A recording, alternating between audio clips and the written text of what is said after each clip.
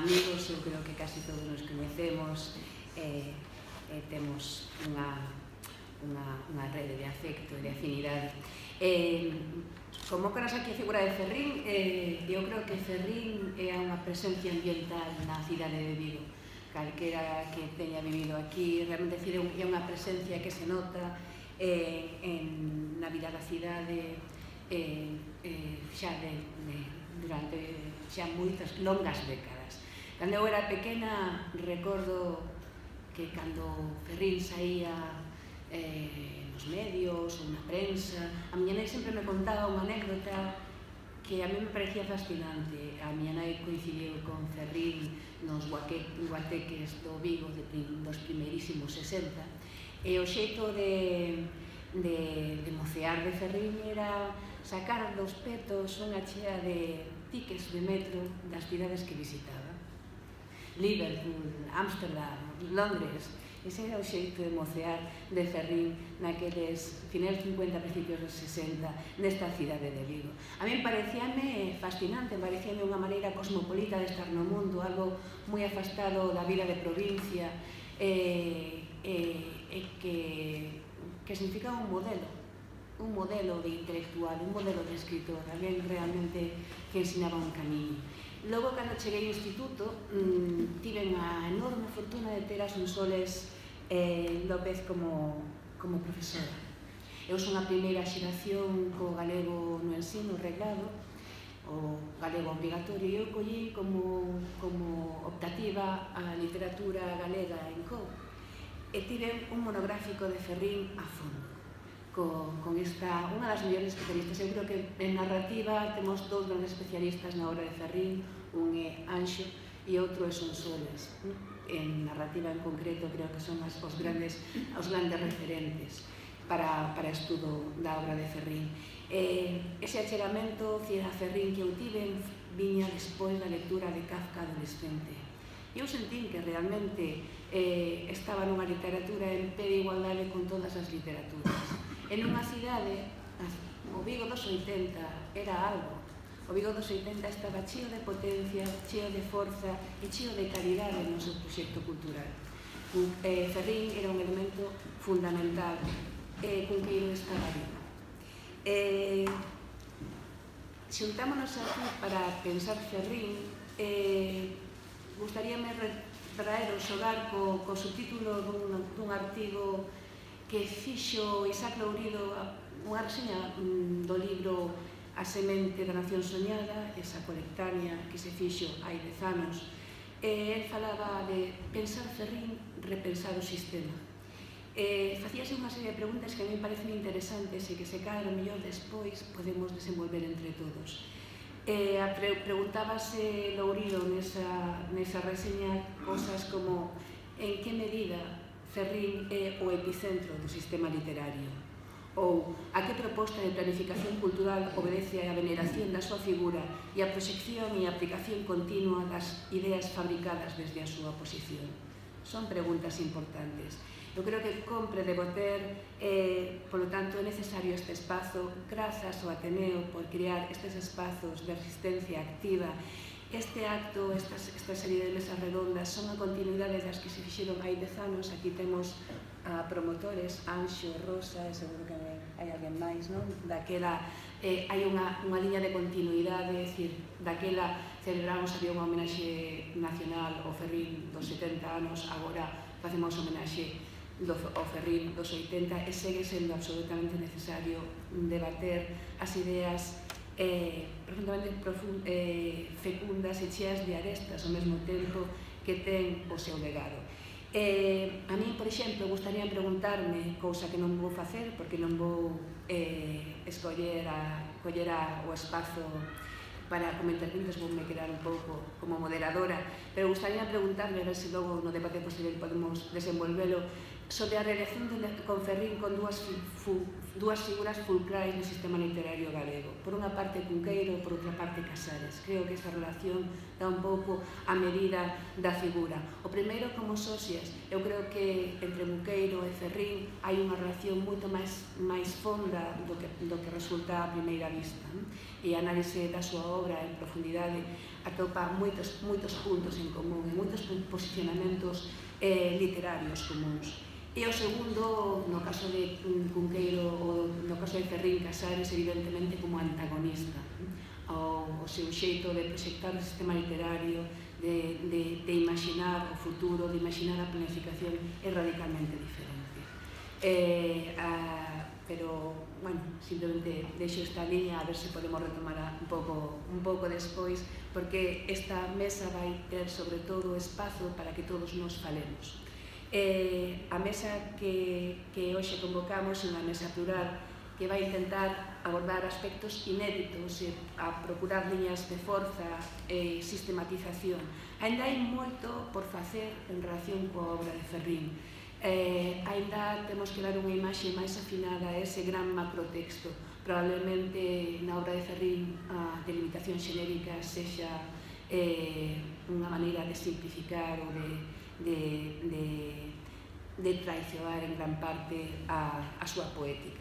Podemos falar de macrotexto e nese sentido na relación entre os diferentes xéneros, entre as diferentes obras, cada un dos ponentes vai desenvolver un discurso peculiar.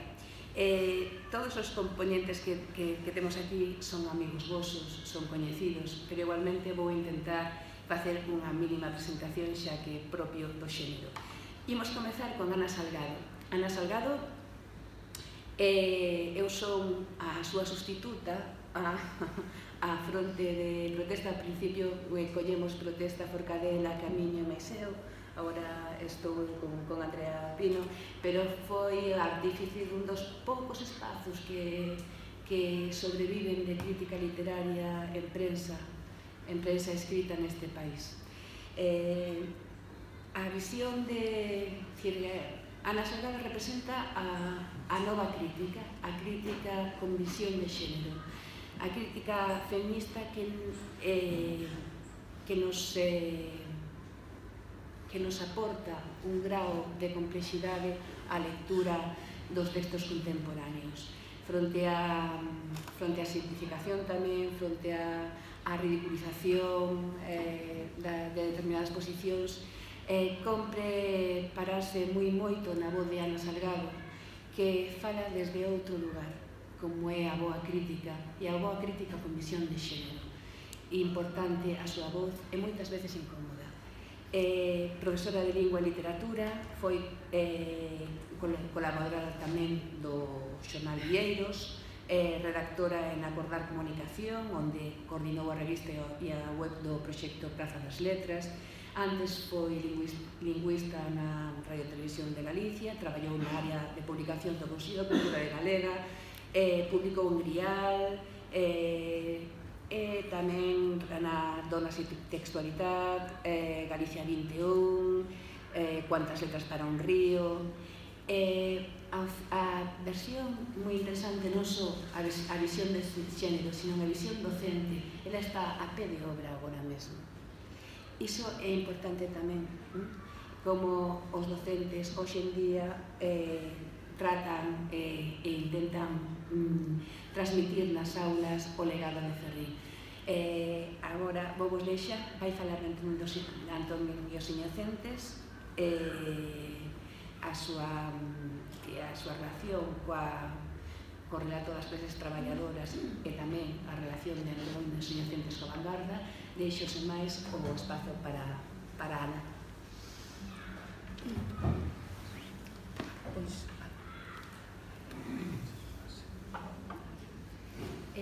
Escoitaseme. Sí? Sí? Está acceso, non? Sí, agora? Achego máis. Se non pasamos deste. Non. Así, mellor? Espera, podes poñelo aí. En ese micro hai que acercarse un público. hai que falar máis pegado. Vale, bueno, podo intentar. Este pode falar máis parado, este moito máis cerca. Este pode ser, se queres sacar este, é falar máis cerca. Saca este. Este pode falar máis cerca. Chegar máis a boca. Sí. Vale. Así vas a estar incómodo. Sí, que logo para ler. Este como lo... No, deixa ese. Ese, mellor. Sí? Este sí que pode dar algo. Sí. Vale, agora sí que se me escoita. Ben. Boa tarde. Estou contenta de estar aquí en Vigo, que é unha cidade importante na miña vida. Estou agradecida polo convite do Ateneo Atlántico, que me parece un nome fermoso para unha asociación cívica. Como fermoso é, penso que por xa infrecuente que unha organización deste tipo faga unha chega como a desta serie de mesas sobre a obra dun escritor. Agradezo de maneira especial a Xina Vega que confiase en que eu teña algo para dicir sobre a obra narrativa de Xosé Luis Méndez Ferrín, que hoxe nos xunta aquí.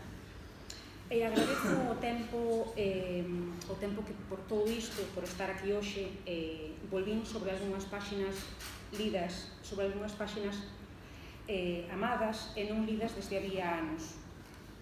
Centrareime, xa orientaba Xina antes, fundamentalmente en dúas novelas, en O ventre do silencio e en Antón e os inocentes, de maneira especial nesta última.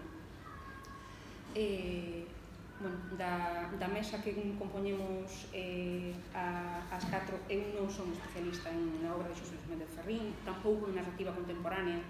O meu traballo como crítica sempre descontinuo, a pesar da tan xenerosa presentación de Xina, orientouse nos últimos anos fundamentalmente ao campo da poesía. O meu interese como lectora dirixiuse fundamentalmente tamén ao campo da poesía e do ensaio.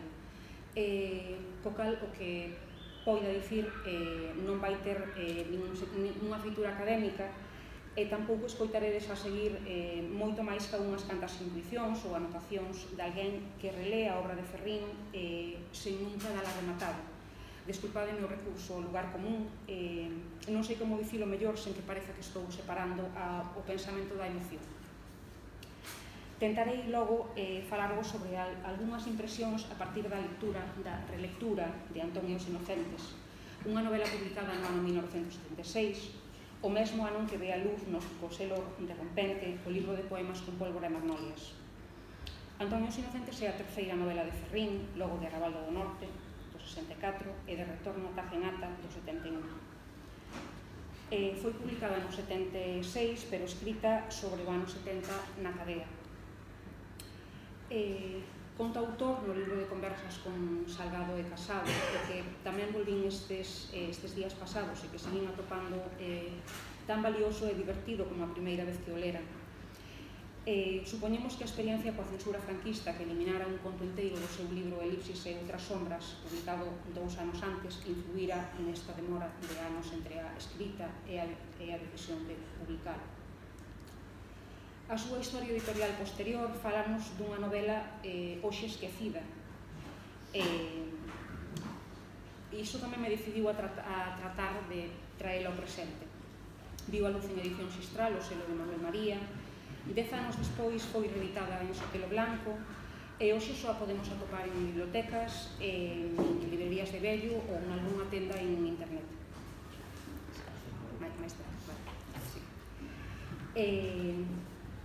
Ni sequera cando sae No ventre do silencio no ano 1999, novela que forma parte do mesmo ciclo narrativo, veremos despois, volverei sobre isto, volve ver a luz Antón.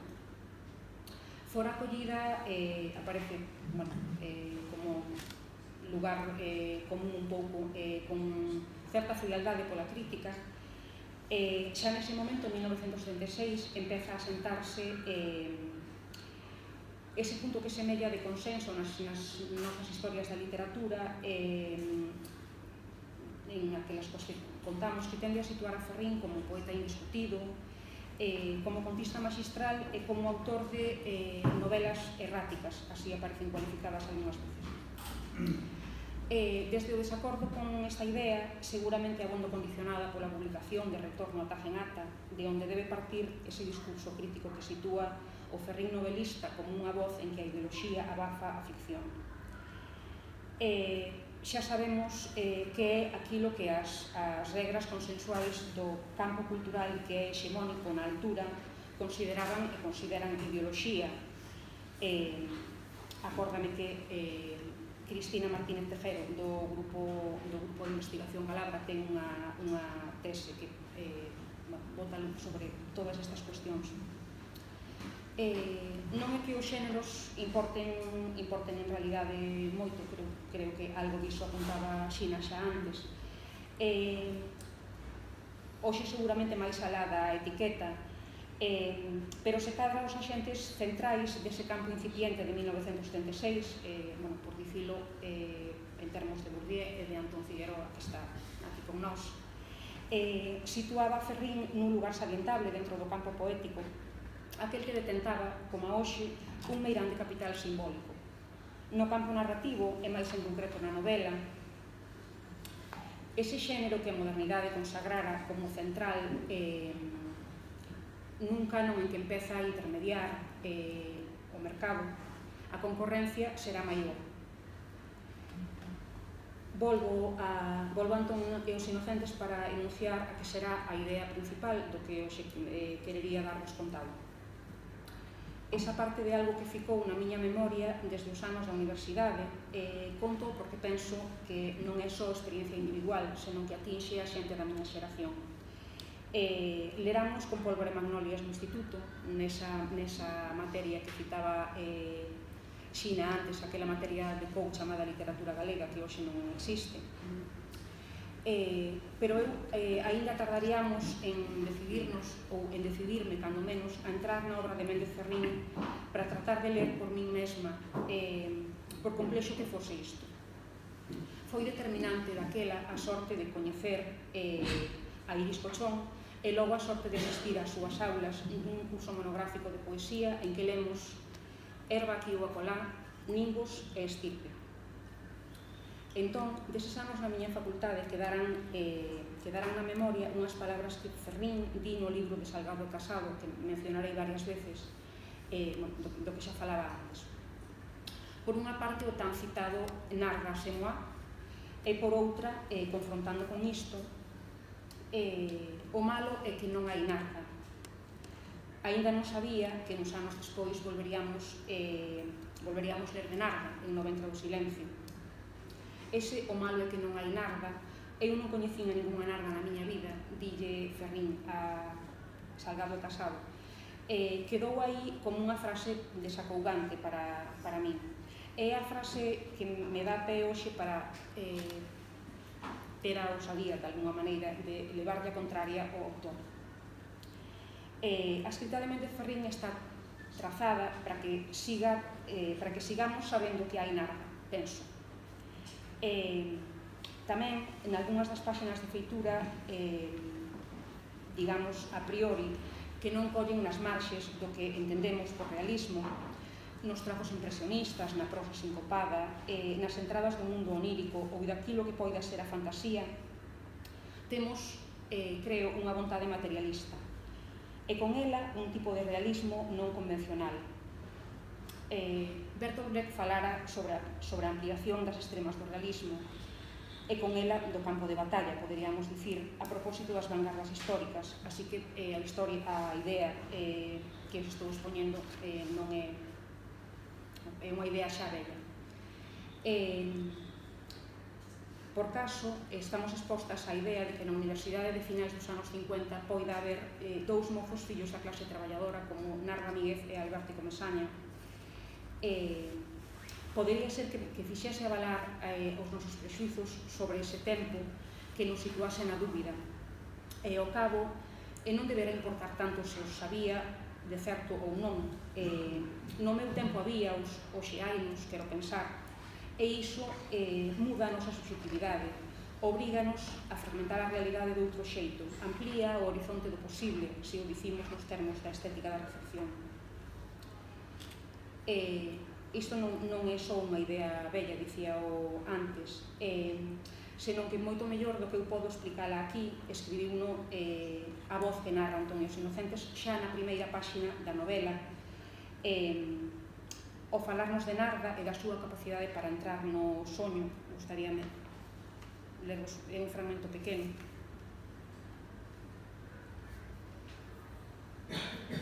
Di: e é a causa do seu amor vixiante sobre o mundo que moitas veces ela, partindo dunha observación especialmente interesante, deixaba escorrer unha poderosa vea de fantasía que escachaba os datos vistos e ia construindo con tal material miúdo historias, visións, imaxes absolutamente paralelas á realidade, desencadeadas dela, aunque seguindo fidelmente os seus contornos e a súa dirección.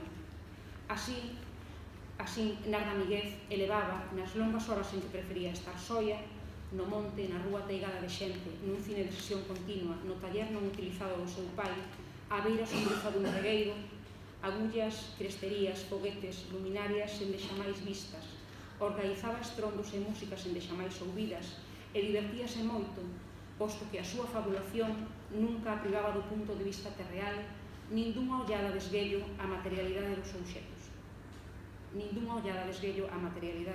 obxetos. Penso que, como dicía, que está mellor enunciado do que eu o fixen neste fragmento de ficción.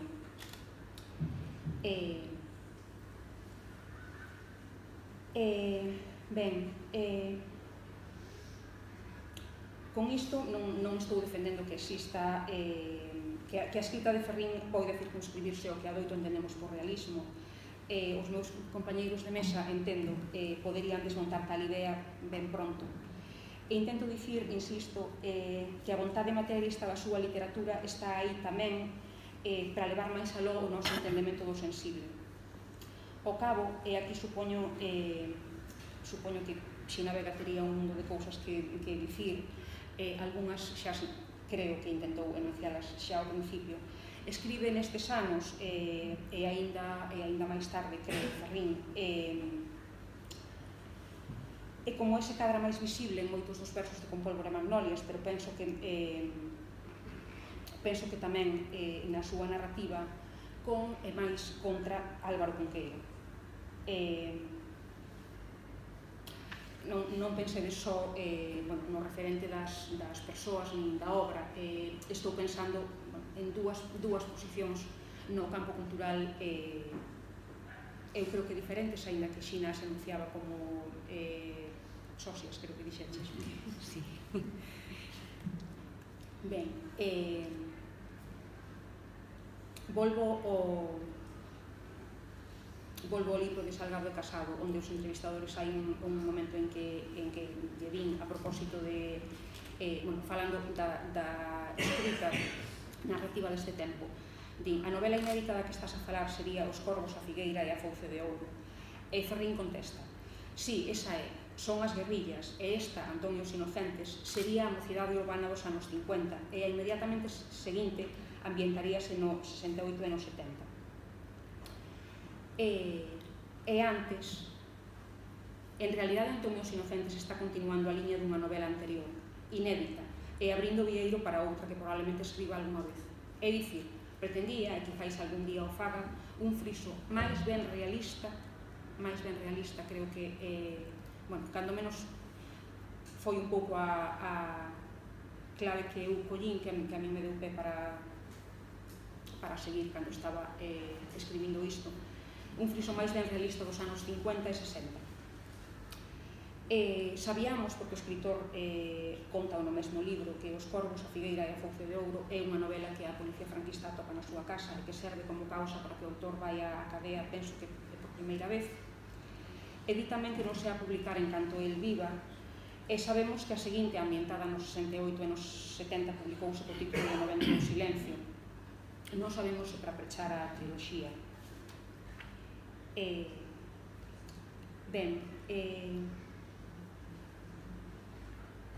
A beira do fragmento que vos lía antes, gustaríame pasar a outro que pensei que ten unha feitura que podería estar quizáis debería estar nos libros de historia.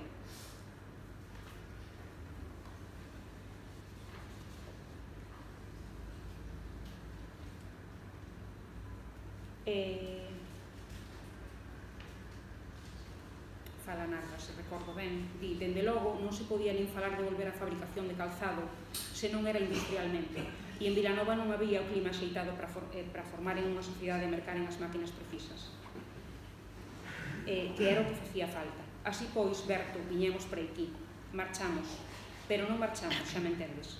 Como quen sabe o seu, cun olfato especial, o meu pai fixo uns viaxes il soio a Vigo. Sei que contorneou as factorías de Cabral, falou en Penís con homes, mediaron chanqueiros e comidas. Alzouse a casiña, entre outras moitas, no bairro sen urbanizar, embeleñado de camiños, entre leiras e millos, semirural e verde, tan fermoso. Cercouse a horta, naceu auga no pozo, milleron roseiras, heliótropos, escarolas, tomates, fabas, calas, margaridas, xeráneos, leitugas e coellos en caixóns con tía metálica. Xurdía na mañán cedo como unha maldición a sirena das factorías, imperante e déspota. Desencadeábase dos cómaros sombras de homes, como en Vilanova, pero centos máis tristes, máis agudas, dende candeán, puxeiros, lavadores. Tamén mulleres desafiantes e duras, camiño da fábrica, dos míseros salarios e da infalible enfermedade. Eu tomaba, xa sabes, o tranvía na mañán cara ao instituto, e un mundo novo e acedo, o proletariado industrial, revelábase nos compañeiros de viaxe. Fala, efectivamente, Narva con Berto. E aquí anotei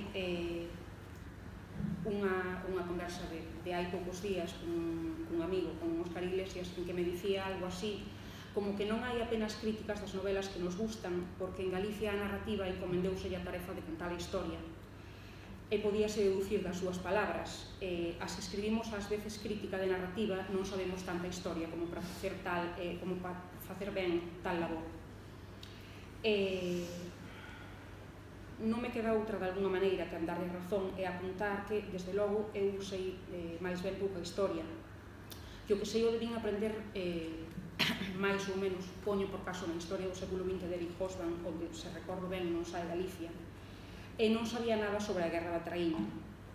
Este episodio histórico aparece contado coa voz de Alberto Fernández Comesaña ao comezo da novela e constitúe un exemplo privilexiado onde a nós da acumulación originaria tal como analiza Karl Marx e a retoma, por caso, Silvia Federici.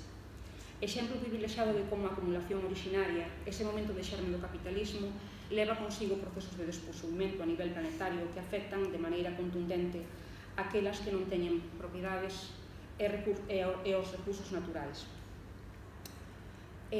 Antón Blanco, poeta ademais de filólogo, tivo a amabilidade de enviarme un traballo de fin de grao que dirixiu o profesor Arturo Casas recentemente, e inédito ata agora, onde analiza fundamentalmente a presenza das clases traballadoras na novela Antón e os Inocentes, porque clase traballadora é Antón Carballo, Antón do título, irmán da nai de Narva, e fillos da clase traballadora, xa o dicía, son os outros dous protagonistas, Berto e Narva.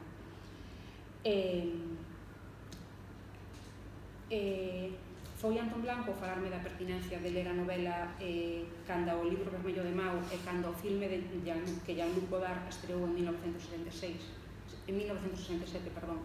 anterior a Antón e os Inocentes, co título de A Chinesa, provocou que nesa mesma liña fosen aparecendo na miña cabeza outros motivos de interese. Confrontar Antón e os Inocentes coa novela que só moi recentemente coñecemos na súa versión non censurada, Xente ao lonxe, escrita por Eduardo Blancamor e publicada en 1972. E foi seguindo ese fío como Antón e os Inocentes se situou para min, e non falo de influencias, así de colocar a nosa literatura cando os diferentes discursos do mundo á beira de, por caso, libro de Manuel de Julio Cortázar do ano 1973 e a quen Ferrín conta que leu neses anos, cando menos os seus relatos, ou á beira do Peter Weiss, que escribe as máis de 1000 páxinas que compoñen a novela A Estética da Resistencia, un proxecto iniciado en 1972 e que remata de publicarse en 1981. Outra das cuestións que non me queda máis remedio que formular en interrogante ou de anotar simplemente como levo facendo. Refírese a Antón os Inocentes vista desde hoxe. Pareceme complexo que agora mesmo aceptase a etiqueta de novela de iniciación, de romance de amorosa iniciación, como cualifica Ferrín nun prólogo ben revelador que escribe para a súa reedición cando se cumprían os 10 anos de que vira a luz a novela.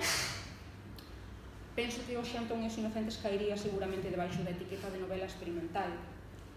É moito máis do que ocorre con No Ventro do Silencio, que está atravesada por páxinas ás que tal vez tamén lle cadrarían algunhas das palabras que Ferrín escribe a conto de Antón e que lemos.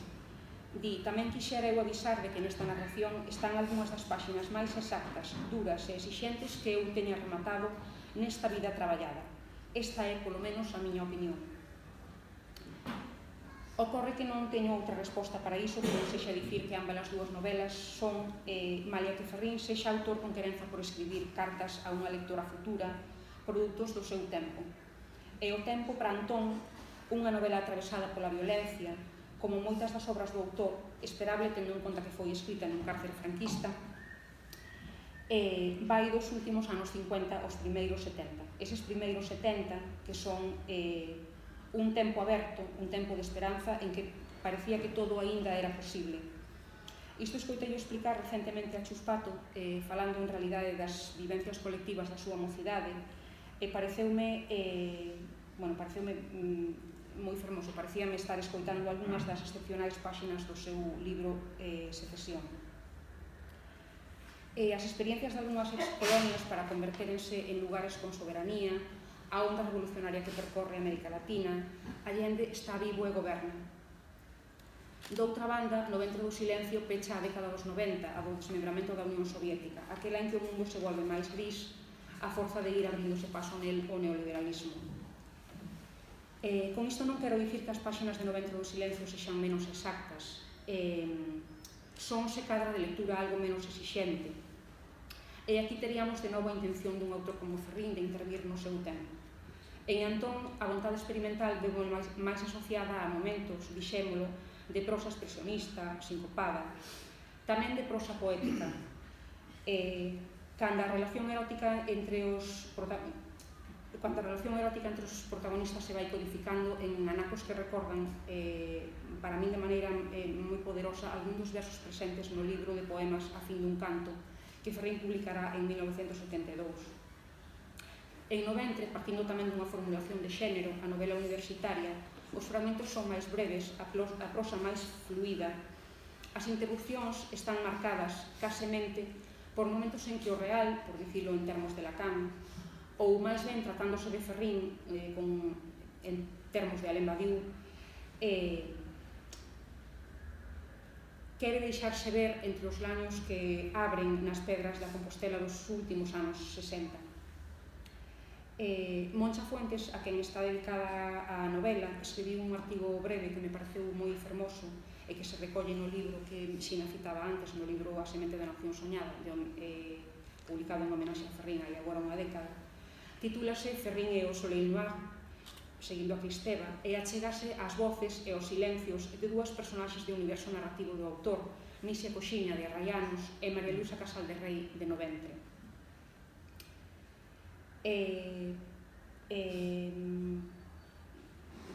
Conto-vos tamén agora sobre a miña teima de entender a Ferrín como un autor maiormente realista, e sei que simplifico.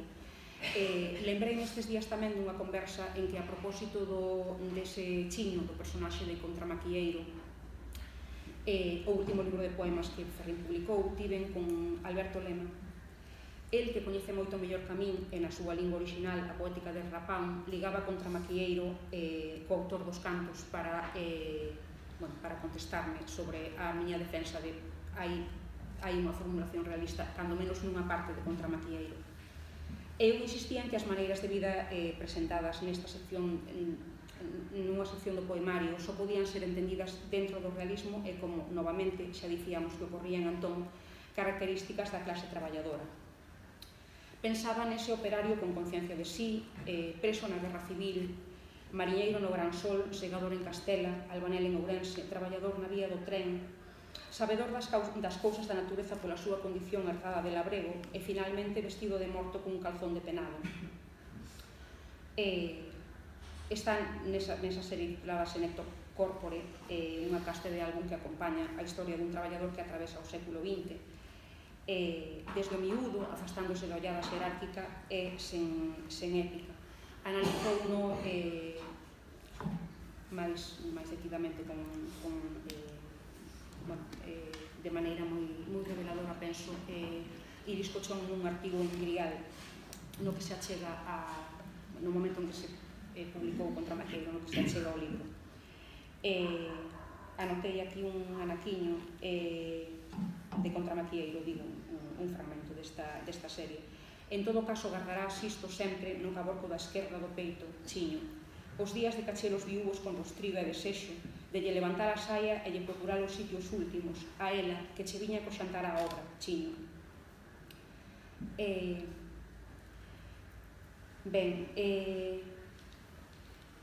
esta clase traballadora que agora cito a Xavier Cordal, que estivo aquí a semana pasada, cando di que podería parecer que é algo que lle ocorreu á literatura galega en terceira persoa, con moito humor. Penso que aparece compartida, pois iso, xa intentaba explicarlo, entre Antonio Inocentes, No ventre do silencio, e Contra Maquieiro. Lema, que escribiu en Crónica do Chan versos tan exactos que teño a cada pouco na cabeza, como son quen separou na neve a beleza do frío, ten, sen dúbida, unha lectura máis completa, pero quizáis non menos brechtiana, en realidade, sobre cales haberían de ser as extremas do realismo. Entón, existe Ferrín, existe o poemario Crónica do Chan, de Lema, do que citaba eses versos, existe a obra poética das Redes Escarlata, que sobre ese detivo Isaac Lourido, a quen Xina citaba tamén ao comezo. Na narrativa, e agora intentarei trazar non unha afiliación, pero si un certo ronsel, aparece, penso, Ferrín na obra de autores que penso que se citan a doito, a Margarita Ledo de Porta Blindada, o Anxo Angueira de Pensanao, o Cid Cabío do Grupo Abeliano, o Isaac Xubín de Non hai outro camiño. Como é máis recente, se cadra menos coñecida, anotei que nela atopamos a Lucinda Areses mudada en profesora de francés e a unha personaxe lendo un conto de Elipsis e outras sombras. Pero tamén penso en autores en que en principio sería máis inesperada a presenza. Insisto en que non falo exactamente dunha influencia. Querería saberlo explicar mellor. Penso no Manuel da Riva de Branco ou do Bosque grande e profundo. Non penso en pegadas explícitas, pero sí nun aire que se quere compartido, en que está Kafka, está Follner, probablemente máis apegado a Kafka en Ferrín e máis a Follner en Darriba. Isto que en si mesmo supoño que é anecdótico e que se cadra provén de certo capricho da subxetividade, digo para volver á idea de que a obra de Ferrín, tamén a narrativa, tamén as súas novelas, tamén as menos recordadas, teñen unha capacidade radical para colocarnos en diálogo co mundo.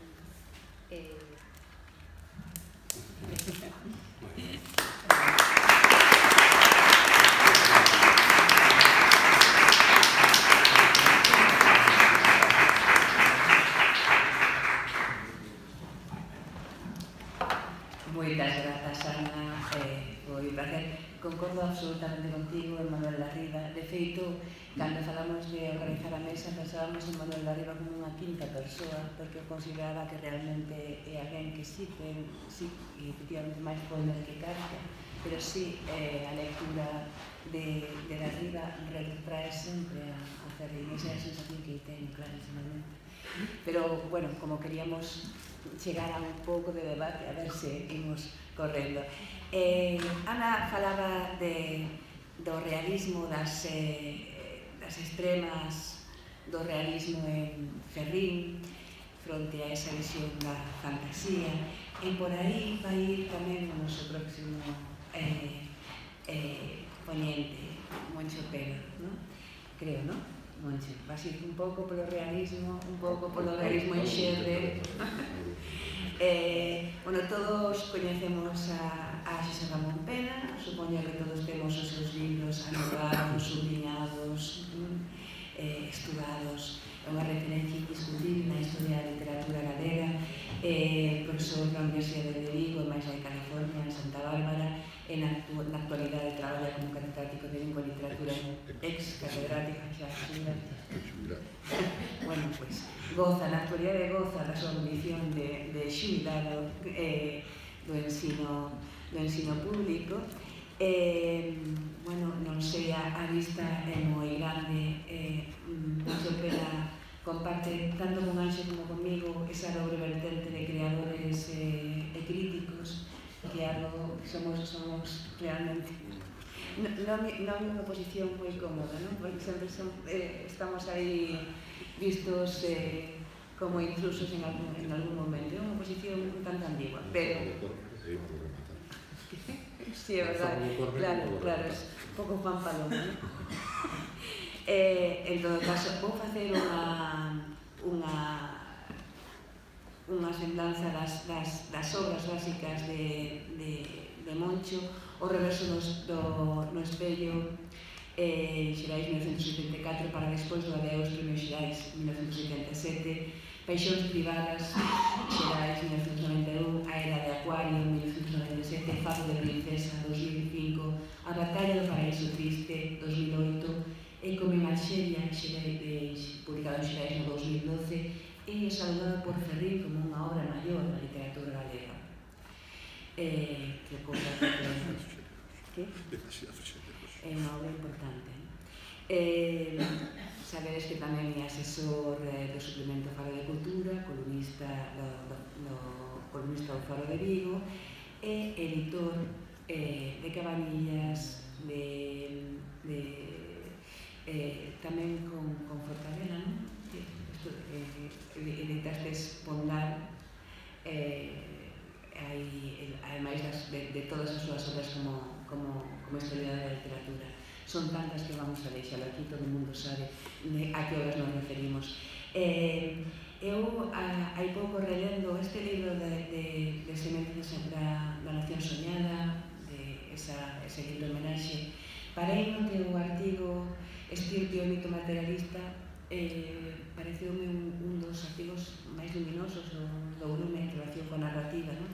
E aí afundabas a contradicción entre nacionalismo e vanguarda. Esta é unha liña que tamén podemos debatir, van saindo cousas por aquí, non, neste debate. É unha liña realmente interesante, que dá un pouco lugar a posición incómoda que tamén na que se sitúa a figura pública e o compromiso poético de Ferrín. Nesta intervención parece que vamos tamén pola vía do non coñecido de Ferrín, que realmente vai a fixar o seu foco nesa liña máis escurecida que ten que ver con Crónica de Nós, ata Rayanos, que ten que ver coa ficción en xerde, coa Galicia mítica, que afasta dese modelo nouveau román ou no novelo dese recorrido a fantasía, o mundo onírico, que parece un marchamo que simplifica tamén a súa obra. Vamos a volver máis complexa unha volta máis á obra de Ferrín e escoitamos a Moncho Pena.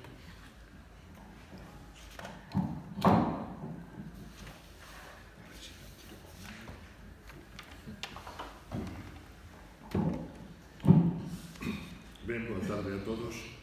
Moitas grazas unha vez máis, que ademais eu repito, nestas mesas, moitas grazas ao Ateneo por me ter convidado nestas duas oportunidades, e moitas grazas a Regina polas súas palabras exageradamente eloxiosas dos meus supostos méritos. Eu vou falar, efectivamente, eu vou intentar falar con brevidade. Son consciente de que o que vou facer agora deixar, por así decirlo, deixar masas na ría, porque os argumentos ou a lectura que vou facer precisaría de bastante máis tempo. Bueno, de todas as maneiras, esas masas quedarán aí. Vou falar, como moi ben este dixo Resina, referíndome á crónica de Nós e a Estirpe,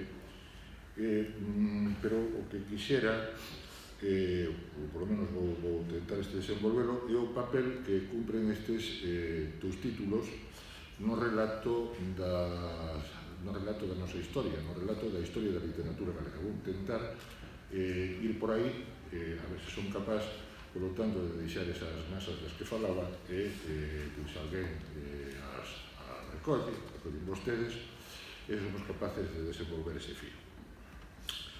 Ben, cabe pensar, desde logo, que a medida que o tempo avanza, iránse decantando apelidos e títulos. Non obstante, coido ben que algúns feitos han de permanecer sólidos a pesar do paso dos anos e malia que os gustos e as perspectivas sufran natural desgaste.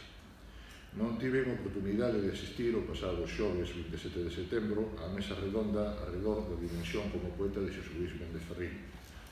Así de todo, penso que se tal apartado foi obxecto de abordaxe por algún dos presentes nese encontro, semella unha pedra branca, como dirían os nosos irmáns da outra beira do Miño, un alicerce certo na historia das letras galegas, considerar a importancia singular de Con pólvora e magnolias en relación aos novos ventos, os roteiros novidosos polos que foi transitar a lírica galega nos anos 80 do pasado século. Non se trata, para min, de afirmar que Ferrín, e máis citado o libro de Seu, veña a ser o único responsable daquele acontecer. Non obstante, e sempre no meu ver, admitindo e tendo en conta que me compre a aportación da man de outros autores, penso en Arcadio López Casanova, desde logo en Álvaro Cunqueiro, mesmo en Afonso Pexegueiro, o volume aparecido en 1976 da autoría do escritor ourensán representa un antes e un despois na poesía de Nós. Repito, coido que estamos diante non dun parecer, senón de toda unha certeza. Xosé Luís Méndez Ferrín, polo tanto, gran renovador do noso lirismo. Non cabe dúbida disso, e penso que se trata dunha opinión que todos aceptamos, todos respetamos e todos proxectamos. Desde logo, a crítica galega tampouco deixou de anotar os valores do noso autor no eido da narrativa, que relatos curtos como Xeque Mate, o Licor Café, de Crónica de Nós, ou Lobos Andaus, de Meixo Castelo das Poulas, de Arraianos, están entre o mellor da literatura galega de todos os tempos, e algo que creo que normalmente estaremos todos en concordancia. Pero non só este da literatura galega de todos os tempos, senón entre o mellor do relato peninsular e, desde logo, entre o mellor do relato europeo. Creo que se trata non dunha simple opinión subxectiva, senón que analistas lectores da obra de Ferrín han de compartir, sen dúbida, de forma unánime. Mais así de todo, resultando perfectamente certo o anterior, hai un apartado que, na miña estima, non me acaba de cadrar convenientemente no relato das nosas letras. Como se quedou expresado, semella non haber incertezas no tocante o papel que lle cabe Con pólvora e magnolias respecto á súa dimensión como marco delimitador na trayectoria do lirismo de Nós. Porén, e por máis que non haxa dúbidas en relación á valía dos textos que ambos os volumes conteñen, a miña percepción, e se só se trata apenas dun pálpito persoal, pido perdón desde xa a todos os implicados e os meus compañeiros que traballan no mundo da crítica e da historia da nosa literatura, a miña percepción, digo, é que, e asumo a mea culpa que me pudera caber neste propósito, vexo que non se rexistra unha reacción semellante canto evidencia dunha posición por parte de títulos como Crónica de Nós ou, desde logo, Arraianos no espazo da narrativa. Obras ben recibidas, obras ben apreciadas, boto de menos a súa categorización, a súa formalización como balizas, ou por así dicirlo, como un turning point, se me permiten o termo deportivo, como unha viraxe no decorrer da narrativa galega dos nosos días. Especialistas de individual prestixio como Carmen Blanco e Manuel Forcadela, aquí presente, foron establecer ciclos e chantas no transcorrer da obra ferriniana. Ambos autores, os que podemos sumar moi recentemente unha importante tese doutoral presentada o ano pasado na Universidade de Barcelona por parte de María Carreira López, coinciden en situar 1980 como a fin do que denominan respectivamente Blanco e Forcadela a escrita vermella e o compromiso, e o tempo como inicio desa outra xeira do poder da imaginación na escrita de Xosé Luís Méndez Ferrín. É certo que discrepan Blanco e Forcadela respecto ao papel que lle cabe a Crónica de Nós, xa que mentres para a autora luguesa hai nese título unha relación moi próxima a Elipsis e outras sombras, para Forcadela, con quen eu concordo, sí que estamos no limiar dunha nova etapa no devir ferriniano. Unha nova etapa que non significa unha ruptura co legado anterior, porque se algo vai caracterizar o mover a trayectoria, ou polo menos a trayectoria narrativa de Ferrín, ou a trayectoria do relato curto, se queremos acoutar máis, é a persistencia, a converxencia, a interrelación de dúas perspectivas que figuran constantes no seu transcurso. Aquela que acaso podemos denominar como experimentalista e que vai unida á exploración de espazos oníricos, unha liña con forte carga mítico-simbólica, estilísticamente avirada ao que se ven denominando como a nova narrativa e que se ven proxectar en títulos de novela como Bretaña Esmeraldina, un volume que foi analizado tan acertada como consistentemente por a Xoangueira, que hoxe tengo o placer de estar con el nesta mesa. E, por outro lado, esa outra dirección que a falta de outro cualificativo chamaríamos étnica e que vai de man da exploración de territorios reais ou de referencia real, así mesmo cargados de forte expresión mítico-simbólica e estilísticamente avirados agora a unha tonalidade popular preciosista. É dicir, a unha combinación, por un lado, de elementos populares e cultos e doutra, a unha combinación da xenealoxía galega con influencias de mellor tradición universal e que se facía xa claramente presente no terreo da poesía en Con pólvora e magnolias ou en Estirpe e que agora se manifesta igualmente en Crónica de Nós ou en Arraianos. Unha lingua culta e rica, temática política e histórica desde perspectivas míticas, intención reivindicativa, xenealoxía literaria de noso universal. As características que Carmen Blanco e Claudio Rodríguez Cer atopan en Con pólvora e magnolias, creo ben que se poden aplicar a Crónica de Nós e a Arraianos, dúas obras que, como Con pólvora e Crónica de Nós, como tamén adiantou Forcadela, establecen un fluido diálogo. Unha conversa a que quixera engadir eu aquí agora, para mí perfectamente nítida, que é que se establece entre Estirpe e Arraianos.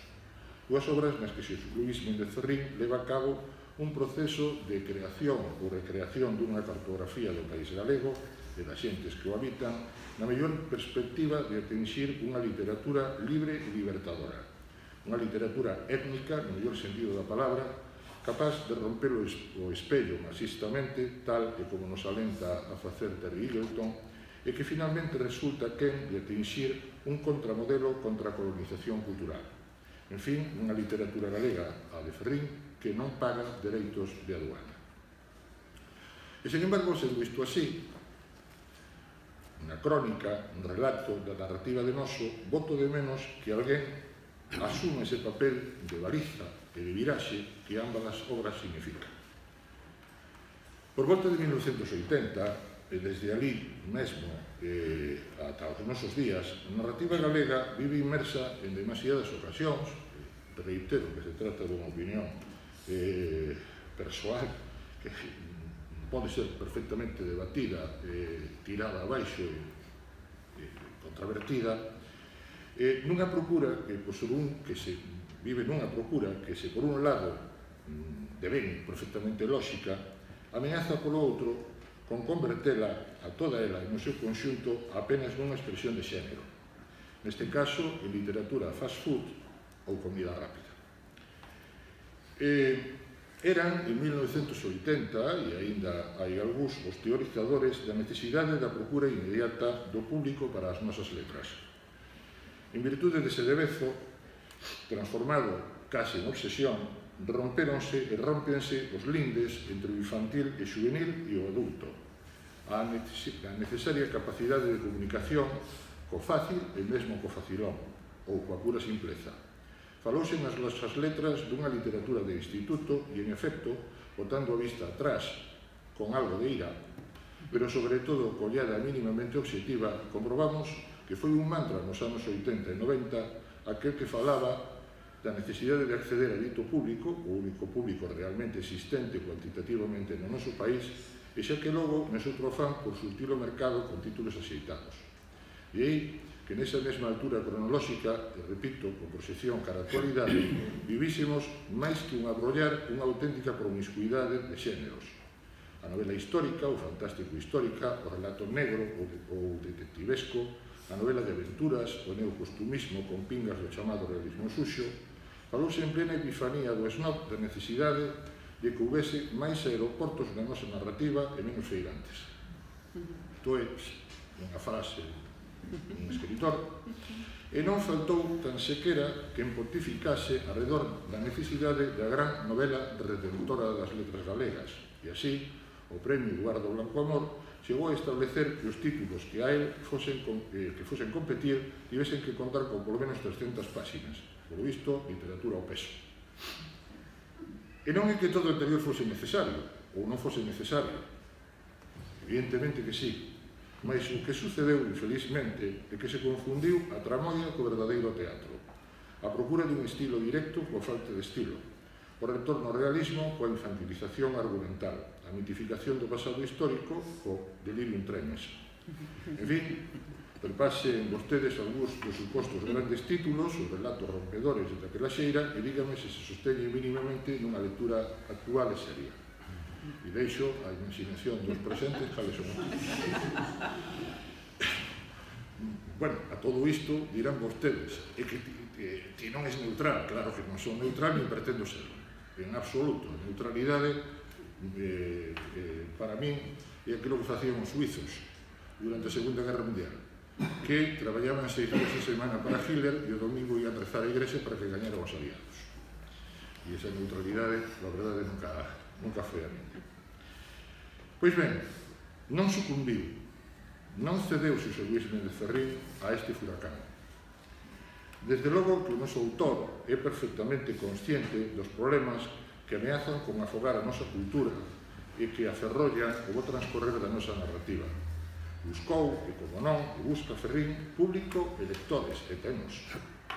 Porén, hai aspectos na relación autor-público que son competencia apenas do mundo editorial, non do escritor. O escritor ten o deber consigo mesmo e coa literatura galega universal e coa ferramenta de creación, é dicir, co idioma, que vai moito máis alá e que nunca xamais se pode deixar a un lado. De facelo, será un xuntador de palabras con máis ou menos hábil e con mesmo, incluso con grande éxito de vendas, pero non será un escritor con mayúsculas. En 1980, Crónica de Nós, e en 1991, con Arraianos, Xosé Luís Méndez Ferrín levou a cabo unha aposta a contrafío do existente. Unha aposta por unha literatura que na tradición popular e culta, na xenealoxía galega e nas xenealoxías universais, se entrelazase armónicamente. Un labor no cal o experimental e a expresión directa buscan e acadan unha perfecta combinación. Sen ceder en ningún momento a modas, a opinións, análisis que confundían o moderno coa modernidade, o noso autor foi quen de entregarnos uns libros de relatos, que teria que falar a semade das súas entregas no eido da novela, que están entre o mellor do mellor. E estas sí que resisten ao tempo, porque, como decía de unha maneira moi simpática o meu amigo Gonzalo Navaza, decía, estaban dúas persoas e decía, ti liches a novela de fulano, calquera, non? Pois non, pois hai 4 meses que está publicada. E o outro respondía, ti liches a Eneida, non? E pois hai 2000 anos que está publicada. Pois ben, Ferrín é a Eneida, é a modernidade. Ferrín non é o moderno, aquilo que está destinado a perecer. Por tanto, coido ben que cando os historiadores das nosas letras estudemos, se tal me corresponde, e analicen con acougo e con objetividade a xeira que comentamos, tales títulos, desde logo, crónica, podemos engadir máis, evidentemente, pero desde logo estamos falando de Crónica de Nós, publicado en 1980, e repasen os presentes que o que se publicou en 1980 para comprobar ata que punto esta NASA que eu solto agora pois é unha NASA ben construída ou fai augas por todas partes. Pero creo que se lemos este con acougo e objetividade, así era que comentamos, tales títulos han de ser considerados non só e desde logo no valor que teñen de seu, senón realmente como verdadeiros sinalizadores, guiadoiros perennes que se lles amosan os peregrinos das letras galegas o verdadeiro roteiro polo que estas poden transitar libres e liberadoras na cruzada do século XXI. E pareceu-me moi ben, non o tiña escrito, que se falase aquí da influencia que ten a obra de Ferrín en determinados autores, porque isto significa que non me desacertei moito en canto a reclamar ese papel de balizas para Crónica de Nós e ese papel de baliza tamén para Raianos. Parece que efectivamente haberá que facer un relato das nosas letras donde eses libros estean situados no eido da narrativa na mesma altura que con Polbre Magnolias ou Estirpe no terreo da poesía, algo que ninguén discute, pero que, reitero, considero que haberá que facer no relato da literatura galega tocante ao mundo da narrativa. E, en fin, moitas grazas a todos.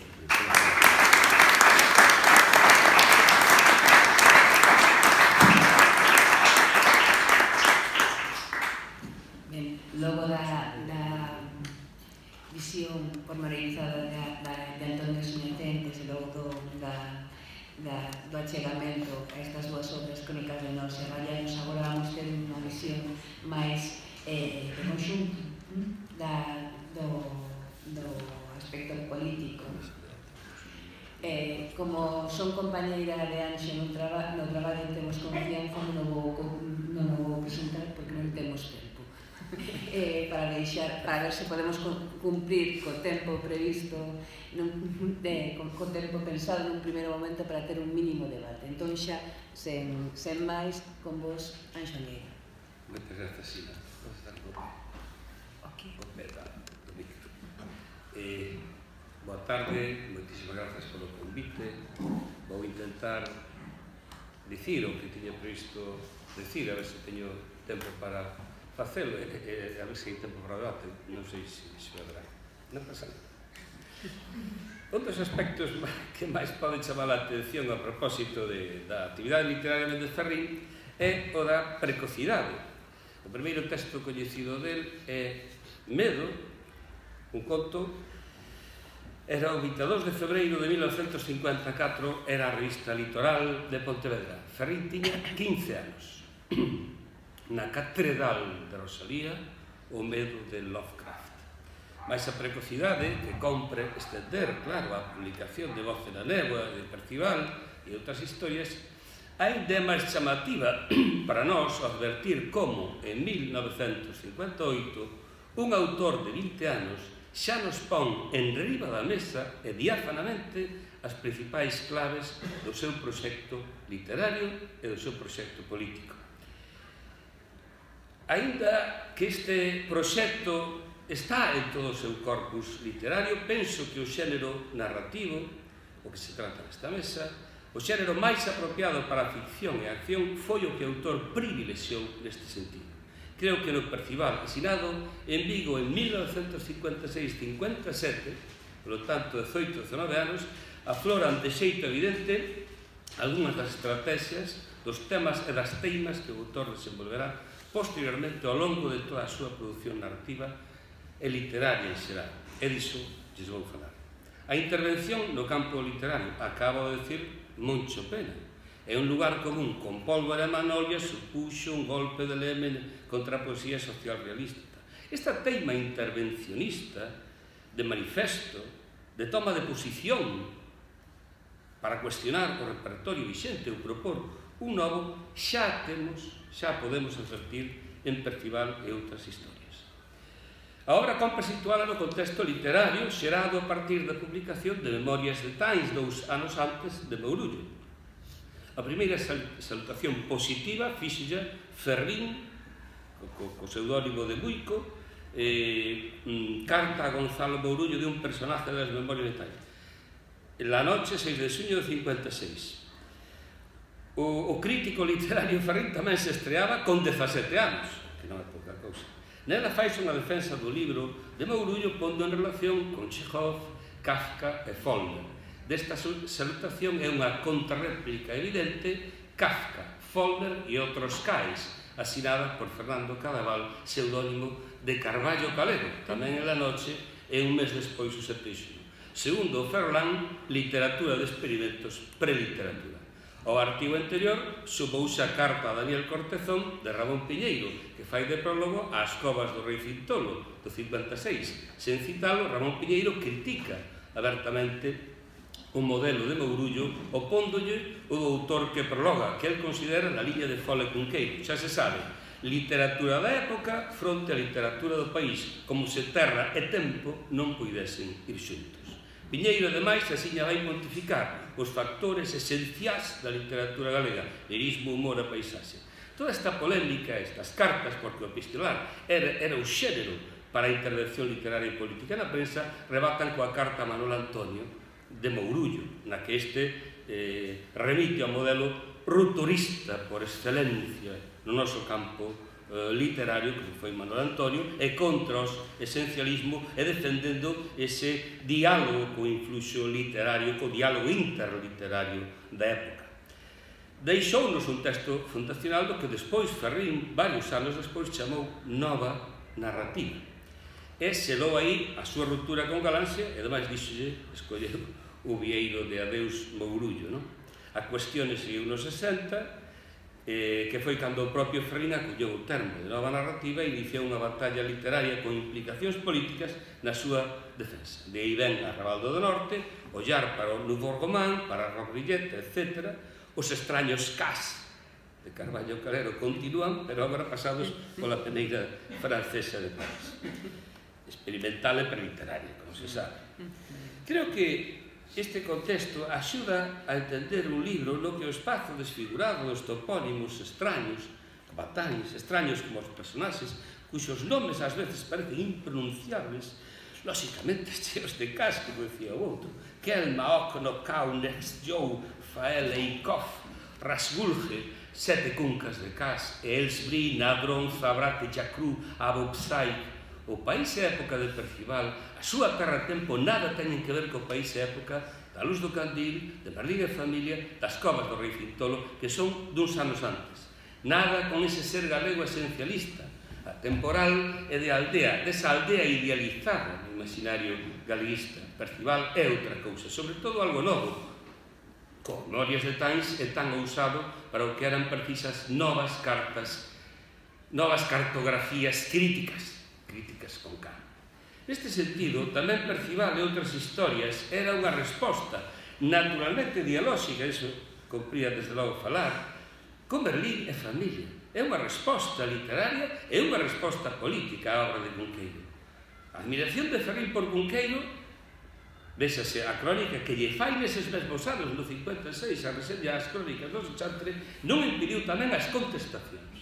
Miña casiña, meu lar, fronte á alma, como no concerto de Vivaldi cun violino principal e tal outro violino pareco, ai de Orbi. Non era contra Cunqueiro, era contra o modelo, contra os fillos poéticos de Cunqueiro. Filipe de Amancio, saído dos primeiros capítulos das Memorias de Ultratumba, as máis bretoas, as de Comburg, ensaia a súa extraordinaria capacidade de fabulación cun Merlín inocuo no seu decorado galego atemporal e idealizado, como aquela Bretaña. Percival non. Percival é un cabaleiro activo, un cabaleiro inquieto, sometido a outro tipo de ucronía na que o presente, os seus conflitos, os seus monstros, están en riba da mesa, están no medio do bosque. E un deles, un dos fundamentais, é o da alienación.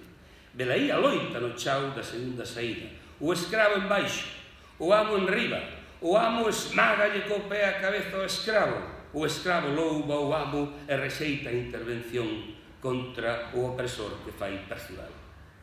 Pero non só Percival, tamén a súa familia, as outras historias, está lonxe de Cunqueiro.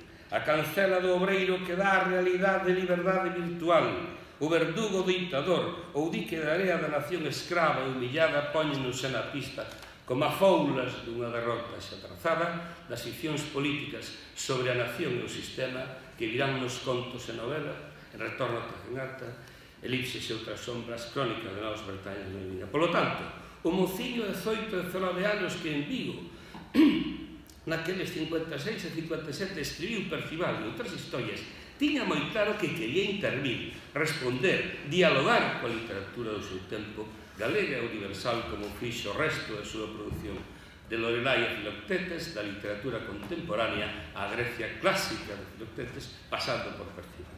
A materia artúrica ou de Bretaña. Con Percival coía aquel mocillo, moitas grazas, o fío que acababa de utilizar Cunqueiro co seu merlín e que viña de Cabanillas. Na noite estrelecida estudou na moi ben Moncho un perfecto crisol que amalgama as principais ideas que percorren o discurso das Irmandades, pero sobre todo Vicente Risco, que é quen suministra o código ideolóxico da obra. Ben podemos dicir tamén que o Merlín e o Percival tamén teñen cada en seu código ideolóxico estético, naturalmente, pero son menos globais, moito máis particulares de escritor, por así dicirlo. O que pasa é que o Percival de Ferrey viña de outras fontes e tiña as súas propias canles e os seus particulares esteiros. Non é unha visita puntual. A materia de Bretaña ou artúrica é un fondo permanente, sistémico, desde esta primeira obra. O que Cabanillas fixera renacer no gran renacemento que as Irmandades e nós quixeron ser e fono, o Santo Grial está a pomba da Renacencia, o que Cunqueiro acababa de alimentar para unha eternidade recorrente, foi recollido por aquel mozo como un formento de Sabadeira, con lúcida perspectiva literaria e en política longo alcance. Velaí o amor de Arturo, esa perla de ouro fabricada coas armas da tensión e da intensidade que se pode aprender de memoria para decir coa épica francesa medieval tacholado de luces o ceo de verán de Dodro vello é. E se Arturo enche como cabaleiro o seu conto e a súa perda de paixón, os Mabinogium galeses enchen Frío Hortensia e a Vilanova dos Ollos. Ferrín vai ás raíces das relacións literarias de Galicia, recargadas agora dunha nova significación política. A nosa, como as nacións artúricas e da Bretaña, é unha terra de occidente do mundo na que as pedras e os silencios atribulan os nosos corazóns escravos, atribulan os nosos corazóns escravos. Neste sentido, Bretaña Esmeraldina é outra cousa, o cume. Aquí reescríbese co mesmo primor os Mabinogium, Licontes del Graal, Parzival, o Amadís de Gala, Le Roman de Pontus, e Sidoín, e aínda outros textos cabaleirescos da materia de Bretaña. A historia protagonizada por Pontus, en concreto, é unha primicia para o campo cultural galego que descoñecía a existencia de Pontus. Ela danos a coñecer este cabaleiro Pontus de Caleitía, da narrativa medieval francesa e, polo tanto, retratarnos o elo que non tivo Cabanillas para escribir o seu Na noite estrelecida. O fío que buscou Cunqueiro como se se tratase da taberna da Galiana, quer dicerse, é o vínculo expreso máis evidente de maior envergadura da inclusión de Galicia como espazo literario e político na chamada materia de Bretaña. Amaurí, o preso bretón comunista independentista recluído na cadea de Príncipe de Vigo en Tagenata, é un novo Percival enquete na procura da súa identidade neste novo xardín das outras árbores que é Brocelianda, que é Bretaña. Pero Bretaña, ademais, é o espello de Tagenata e de Galicia, político e literario. Bretaña é un país real no que o nacionalismo fascista de Orlier Bordrel sepultou por décadas a loita de liberación nacional. É unha Bretaña conflictiva, capadora e subversiva a un tempo, idílica e sinistra, lonxe da Bretaña do Sochantre, de Pontivy. No literario, Bretaña é algo máis que materia artúrica ou cabaleiresca. Bretaña é a imaginación, a fantasía, e disso tamén estamos falando todos, o espacio imaginario por excelencia, co bosque de Borciliande no centro da novelística europea e das súas linguas vulgares, símbolo da literatura fantástica que o noso autor practica e defende desde que comezou a escribir fuxindo do realismo. É a miña tese, como verdadeira literatura engagé, termo que, como é sabido, Ferrín detesta. O verdadeiro compromiso do escritor é o establecido coa función poética da linguaxe. O compromiso establecido non só coa materia de Bretaña, tamén con Jack London, con Torrente Ballester e con Álvaro Cunqueiro, por citar os grandes eixos ardor dos que se edificou esta novela. Poética do retorno, macrotexto e espiral. Dentro dun relato daquel mociño que publica Percival e outras historias, o preso Filoctetes lé o relato Medo de Nocao, que foi o primeiro texto publicado de Ferrín, aínda máis mociño, e entra na Catedral da Vella. Trátase dun artificio clave no proceso creativo do autor, que volve sobre o xa escrito. Reescribe Percival e a materia de Bretaña como reescribirá as afinidades selectivas, pero tamén se reescribe a si mesmo. E se Filoctetes recolle Medo, dúas cartas alou, adianta Rabaldo do Norte, pero foi Retorno ata en ata a obra que supuxo a primeira espiral do macrotexto de Méndez Ferrín. Como se fose un rebuiño, a ela incorporábanse cronotopos, vieses e personaxes de obras anteriores, e nela preparábase o camiño para a futura expansión como totalidade unitaria dese seu corpus literario en xeral e do narrativo en particular. A poética do retorno, pois, que xa tiña en Filoctetes valores metaficcionais, adquiría aquí claramente unha dimensión globalizadora. Méndez Ferrín regresa a personaxes e mundos literarios anteriores, actualizas e relánzaos. En 1956 xa concibe a súa obra como un avanzar regresando aos seus principios en sucesivas voltas dun fuselicoide a espiral. Mais desde o noso punto de vista foi en 1987 cando Ferrín executa a acción de maior envergadura que é Bretaña Esmeraldina. Non só continúa con ese proxecto macroestructural, senón que supón un novo rebuíño dun alcance global, dado que absorbe a matriz que Retorno ata en ata e chega a esta raíz creativa do autor, a Filoctetes, e, polo tanto, tamén a Medo. Velaí a espiral, a poética do retorno, o sentido dialéctico do macrotexto, avance e iteración. Poética da cadea. Filoctetes, ademais, inaugurou un tema carcerario na obra, o tema carcerario na obra de Ferrín, e demostra que a literatura de cadea persistiu a cadea real sufrida polo autor en varias ocasións. Foi encadeado en Príncipe un mes a raíz da memorable acción do Nadal de 1967, Liberdade para Galicia. Detido no 69 no medio dunha grande redada en Vigo e condenado por unha dedicatoria, xa se falou aquí dela, aos guerrilleiros galegos nunha novela inédita, Os Corvos, a Figueira e a Funcedouro. Trátase dun único caso en toda a España franquista en que un escritor é condenado por semellante feito, unha novela inédita e a dedicatoria. Xa con posterioridade á reforma política no contexto previo á aprobación do actual Estatuto de Autonomía, a primeiros do 80, son detidos de faceis nacionalistas, entre eles Méndez Ferrín e boa parte da dirección do seu partido, o Partido Galego do Proletariado, así como membros de outros partidos e colectivos non partidarios. Despois de lle aplicaren a lei antiterrorista na Coruña, son conducidos a Carabanchel e logo recluídos na cadea de Segovia. Ferrín foi absolto no xuízo. 3 dos 14 presos xulgados son condenados a cadea e finalmente ceibados con indulto nos primeiros meses de 1983. O motivo da cadea que inaugura Filoctetes aparece noutros textos de Ferrín, prácticamente en todos, antes e despois das súas experiencias carcerarias. Pero desde logo en ningún como en Bretaña Esmeraldina. Acusado de terrorismo, Amaurí, o preso bretón comunista e independentista, é un preso político, como Filoctetes, que sofre unha experiencia similar na súa reclusión. Non pode lerse a literatura de prisión en Ferrín a partir exclusivamente da experiencia persoal do autor na cadea. Amaurí son os presos reais independentistas na Galicia tan en ata autonómica do 87, pero tamén a Filoctetes, o preso político, ou Silvio Pellicchio, ou Jack London. Hai algo, ademais, fundamental que une a Filoctetes con Amaurí. 30 anos despois, 3 deles en prisión. Os dous presos saen da prisión, fúganse a través da literatura. Os dous textos propoñen unha poética da cadea, de xeito sintético en 1958 e, lóxicamente, exuberante en Bretaña Esmeraldina. A cadea de Príncipe é unha heterotopía da sociedade que nos axudan a entender o Foucault, o seu panóptico, Surveiller et Punir, e Gilles Deleuze, coas súas sociedades de control para o Bloc K do seu interior, a súa evolución. Pero é que dentro da cadea, o individuo contemporáneo sometido á esquizofrenia dun presente perpetuo, como Filoctetes e Amaury, só pode reaccionar a través da reflexión e da linguaxe. Por iso a lectura e a escritura son válvulas privilexiadas para a fuga.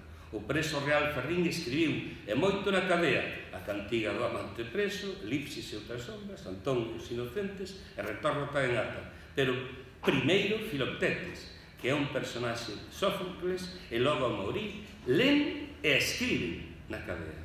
Por iso, Bretaña Esmeraldina resulta, ao fin, desde o noso punto de vista, un canto á palabra, á literatura como resposta, como signo de liberación e liberdade.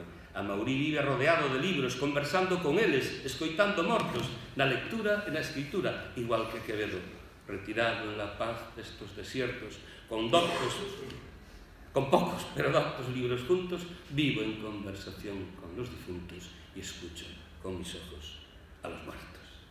E ainda máis porque ao final tamén a literatura é como unha cadea, como un presidio para o que a porta principal, por moitas fugas momentáneas que haxa, permanece sempre fechada. Vivimos atrapados no seu enreixado, no seu texto, entretecido de laberintos e espirais, como o de Ferrín. Toda a obra do noso autor é un canto ao libro e á cadea da literatura.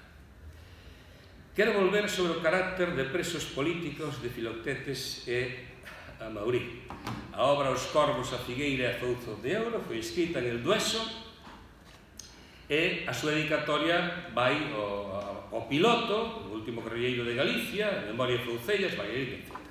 No Congreso de Escritores Galegos celebrado en Pollo, no 81, Méndez Ferrín dedica a súa conferencia aos presos nacionalistas que ainda estaban na cadea.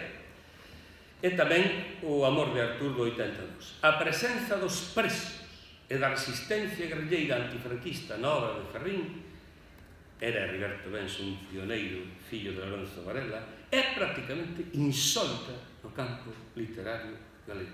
Non hai autores que traballen con moi poucos, con guerrilleiros ou, sobre todo, con presos. De Filoctetes a Rayanos, o traxe de penado, como un sudario, chega ao selecto corpore do que falaba Ana de Contramaquilleiro. Espazos imaginarios. Desde o 58, desde o xardín dos outros árbores de Percival ata a nación de Nixmez do dique da Area, os espazos de Percival e outras historias apoiados na onomástica de toponimia entre os viñas, de ali os cas de Kafka, que nunca abandonou, son imaginarios. Ben sei que conviven estes na obra narrativa de Ferrín con espazos ben reais, Vigo, Vilanova, Ourense e Compostela, pero ainda que sexa a partir do espazo de referencia real, Ferrín sempre practicou e defendeu as ficcións, digamos, de espazo imaginario ou fantástico. Elas, contrariamente ao que se pode pensar, remiten sempre a unha realidade social e política. Son ao tempo autónomas e especulares, como o Arrabaldo do Norte, que é Vigo. Extensións entre estes dous códigos están alimentadas sempre pola mestura. Dous exemplos. A cadea de Príncipe de Vigo, realísima, está en Taguenata. No territorio da Raya Seca de Rayanos hai uns andaos. Eu coñezo, é piseiro, pero non hai ningún castelo das Poulas, un tenente Clais, moito menos. Nin hai unha quinta bella do Arrañón, por moi realistas ou verosímiles que foren as súas caracterizacións. Todo é literatura. Bueno, neste caso, alta literatura. O que quero dicir é que Taguenata, esa creación senlleira de Ferrín, que o marca literariamente, ese rebuíño, espiral, estaba xa no mociño de 1958. Estaba no dique da Area. Velaí a triste e humilde nación de Nixmez, guiada polo coudel Lao Rsmi, non sei que, e que fora esmagada polos invasores do leste. Pero era preciso erguer unha barreira fronte aos invasores, e ergueuse unha barreira de area.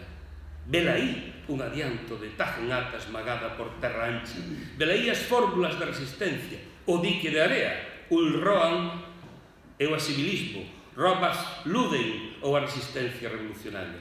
Non vou estenderme nas implicacións políticas do texto publicado no 71 naquela humilde popular colección do Moucho da editorial Castelo, solamente indicar que esa Tajenata foi flexionada varias veces. Ferrín edificou Tajenata como outros escritores edificaron o seu espacio imaginario que os caracteriza, pero tamén se apropiou dun espazo real que tamén o identificará para sempre. Se Rosalía se apropiou do Sar da terra de Iria, igual que Hölderlin do Nécar ou Pondal do territorio de Bergantiños, ou Novoneira do Courel, ou Martín Codas de Vigo. Isto xa se facía na Idade Media. Ferrín apropiouse do territorio arraiano, dese triángulo de Celanova, Montalegre e os Arcos de Valderez. En todo caso, son eses espazos arraianos, incluída Tajenata e aquela bella nación Nigmé, do rapaciño de 17 anos, no código literario, todos estes espazos son arraianos, están entre realidade e a ficción. E acabo xa o libro que despaciosamente escribo dende unha tarde fría de 1955 na que se me revelou a vía que conduce a certa literatura nostálxica materialista apuntada cara a un futuro noso de pólvora e cristais liberados. Palabras de Ferrín do 74, certo, polo que aquí dixemos. E aínda se podía dicir máis, non nos quero cansar, podíamos falar do mundo obreiro, que tamén chegou a Antonio os Inocentes, e que xa está aquí. Podemos falar do xénero epistolar como un xénero que inunda toda a súa produción, porque é un xénero de intervención. Pero non nos quero cansar, non temos tempo. O que non dei dito aquí, como dixera, é o altísimo nivel literario da produción narrativa de Ferrín. A dos contos, desde Medo e Percival, e a das novelas, estas sempre, por certo, cuestionadas. A narrativa de Ferrín, aínda máis a súa novelística, como dicía o outro, non é constitucional. En todo caso, se me permite, vou dicir ao respecto que, segundo eu penso, Méndez Ferrín co tempo vai disputar a Rosalía de Castro iso de ser o escritor nacional de Galicia. É a miña opinión. Agradezo o convite que me fixo o Ateneo Atlántico e dou os meus parabéns, ademais, pola iniciativa. Aquel mociño que comezou a publicar con 15 anos e que agora ten 80, entregou toda a súa vida á causa de Galicia, á causa da nación dos humildes, á causa da súa lingua e da súa cultura, á causa da liberdade. Fixo un enorme talento en literatura e en política e cunha entrega infatigable, incrementable, permanente. A represión e a cadea nunca o someteron, nin tampouco nunca a sopa conventual asimilista dos mornos e entregados. Ele está co caldo digno da patria honrada, sentado con nós á mesa da que nunca nos poderemos levantar.